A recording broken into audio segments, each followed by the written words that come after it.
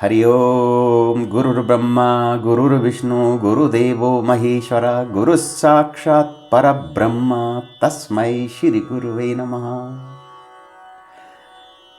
कल खेत में बैठा हुआ था, तभी अचानक दीना आ गया। दीना बड़ा प्रसन्न था। मैंने कहा, कैसे हो दीना? दीना कहने लगा, बहुत अच्छा हूँ बाबूजी। इतनी देर में गांव में अनाउंसमेंट हो गई कि जिन लोगों ने अभी तक सस्ते गल्ले का यानी कि वो जो राशन होता है वो नहीं लिया तो लेके आ जाएं, कोटे का राशन। और साथ में एक और अनाउंसमेंट थी कि जिन लोगों ने अपने बच्चों का जो स्कूल में राशन आता है वो अगर नहीं लिया तो वो भी ले लें। मैंने दीना से कहा, मैं दीना जाओ, जल्दी जाओ और राशन लेके आओ, तुम्हारा राशन आया हुआ है, कोटे का राशन। दीना बड़े गर्व से कहने लग गया, भाऊजी आपको याद है आपने मुझे एक कहानी सुनाई थी किसान की और शिवजी वाली? मैं बोला, कौन सी कहानी, जरा सुनाओ। बोला, आपने कहानी सुनाई थी कि एक राज्य में अकाल पड़ गया और आकाशवाणी हो गई कि 12 साल तक बारिश नहीं होगी, अकाल पड़ा ही रहेगा। और जब 12 साल बाद शिवजी अपना शंख फूकेंगे, पों, तब जाके बारिश होगी और फिर अन्न उगेगा। तो आपने कहा था कि एक किसान था जो कहने लगा कि भाई 12 साल तक घर में बैठे बैठे तो मैं भी बेकार हो जाऊंगा, मेरे बैल भी बेकार हो जाएंगे और मेरी घरवाली भी जो है वो खेतों में नहीं जाएगी, और बच्चों ने तो क्यों जाना जब खेत में कुछ होगा ही नहीं। तो उसने जो है 12 साल तक लगातार खेत जोतने का काम छोड़ा नहीं। तो एक दिन जो है शिवजी माँ पार्वती के साथ उधर से जा रहे थे। उन्होंने देखा कि ये किसान ज़बरदस्ती जो है खेत जोते जा रहा है, कुछ हो नहीं रहा उसमें, फिर भी लगा हुआ खेत जोतने में।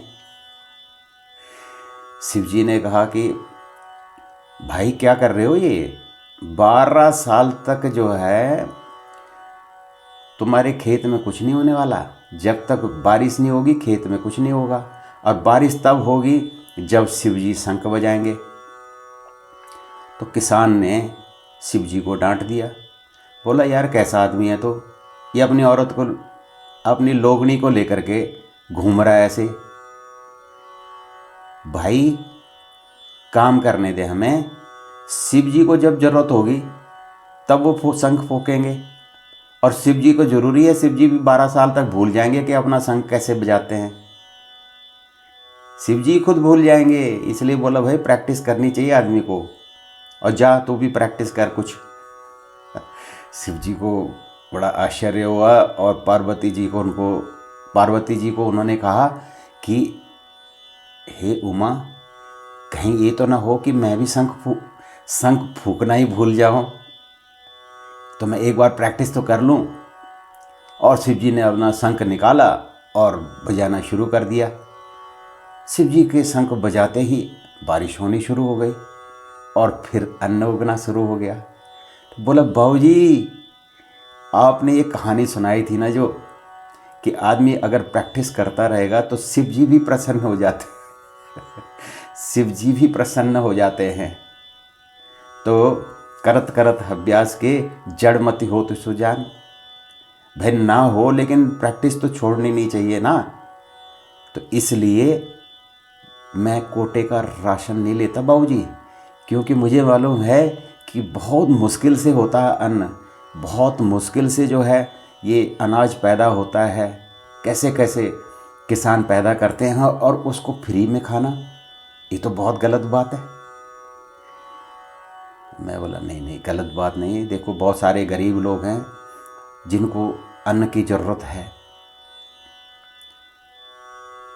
तो दीना कहने लगा कि बाबूजी कुछ ऐसे काम हों कि अन्न की कीमत बढ़ जाए और अन्न की लोग इज्जत करना शुरू करें। अब लोग इज्जत ही नहीं कर रहे हैं अन्न की। तो कुछ दिनों के बाद किसान भी जो है अगर ये देखना शुरू कर देंगे कि चलो कोटे से हम भी ले लेते हैं, वो भी काम करना छोड़ देंगे, तो कैसे होगा फिर। जय जवान और जय किसान इसीलिए तो कहते हैं। तो हमें कभी भी हार नहीं माननी चाहिए और कोटे के पीछे नहीं भागना चाहिए, हमें काम करना चाहिए बाबूजी। वाह दीना, मैंने कहा यार तुम तो मेरे गुरु निकले। तो गुरु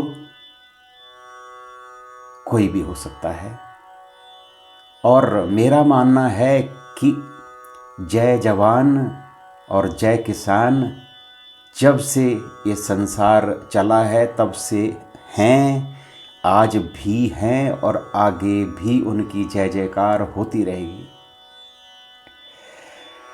तो ये था आज की कहानी और दीना की जवानी।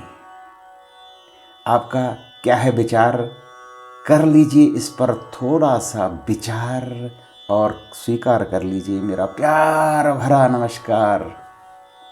जय हिंद।